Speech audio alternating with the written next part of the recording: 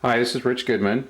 On the Mosin today, what we're going to do is swap out the wood stock, the one that came with it, for an ATI stock, and this is going to be on the 9130.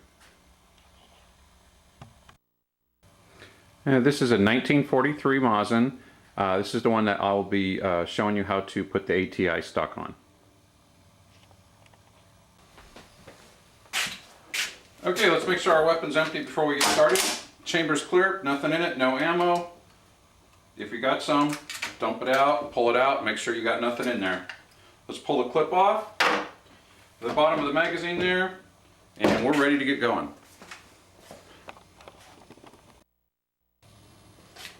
Hey, one thing I like to do when I work on these is I like to take the bolt out of them. So when you got the bolt pulled back, just pull back on the trigger and pull the bolt the rest of the way out, put it off to the side. That way we won't have nothing in our way while we're working. Okay, before we get started, let's pull this cleaning rod off. Just twist it until it comes loose and then pull it all the way out. And we'll set that off to the side because we won't be needing it with this new stock. Next thing we're going to do is we're going to pull these rings off of the front guard up here. You just push down and slide them forward.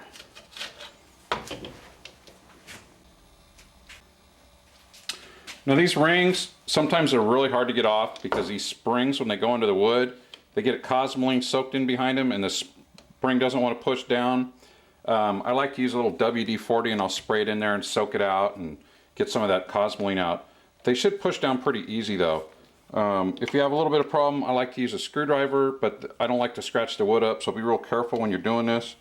This one we got pretty much most of the cosmoline out of it, and it's still a little difficult. So I'll be using the screwdriver just to get it pressed down enough to get it over the ring and get it going. Once you got that slid over the spring there, just slide the front one off. It's not going to clear the front of your sight. The back one will. Let's go ahead and slide that one down, and the back one will come off. The front one, however, is too small and will not come off without removing the front sight. Once that's done, go ahead and take the top piece and set that off to the side. Now we're going to go ahead and take the stock off. And what you're going to need is a slotted screwdriver. Take the bottom screw out right here in front of the bottom of the magazine.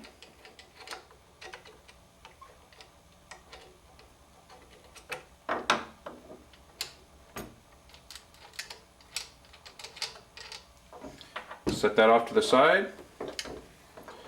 And we're going to take the top one off that's right here on the back of the tang.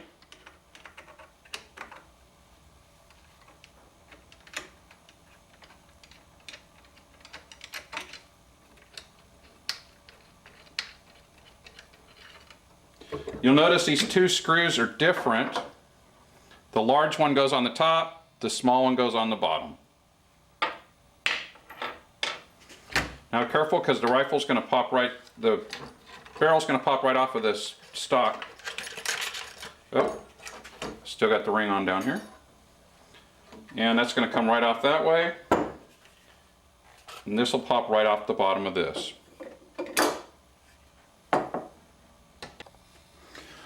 One thing you want to be real conscious of when you're taking this apart is on the trigger, there's a pin that goes right through the bottom of this trigger, and it pops right out with a little tapping. You get a loose one and it'll pop out with very, very little effort.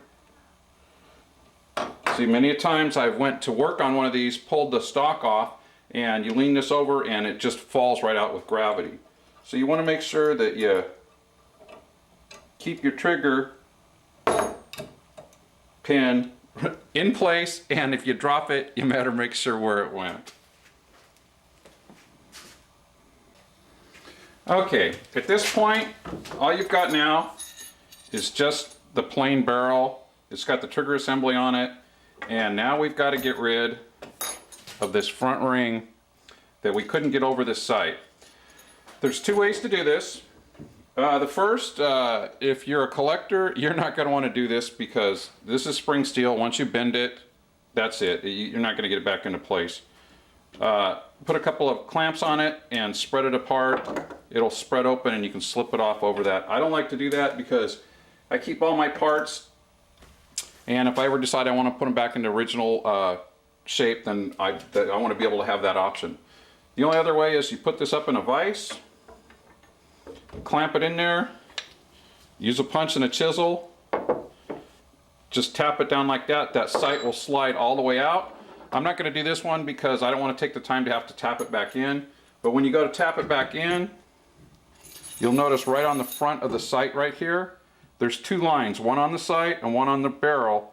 And that sight should line up with those lines because that's where they did it at the factory. That's how they sighted, when they put it on the bench and scoped it in, they made sure that it was all lined up. So when you tap it back together, just make sure that those two lines right there line back up.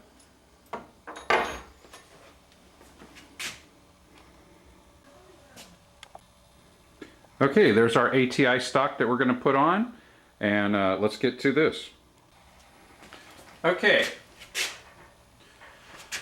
I've got my barrel and trigger assembly. I've gotten my front ring off. Now we're just going to drop this right into the top of our new ATI stock. There we go. Fits good. Sometimes it's a little bit snug because this plastic gets cold and it's supposed to be tight on there, so you might have to give it a little cinch to get it popped in there. Put the magazine back in.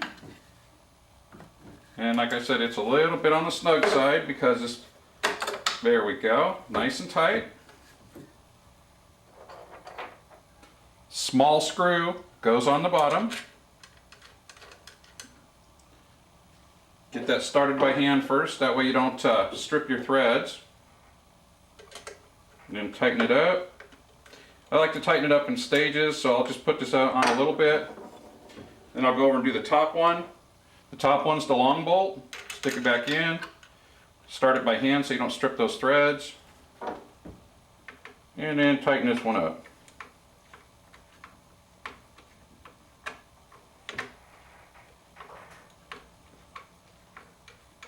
And I can feel it snugging down right into the plastic. Get it nice and snug in there.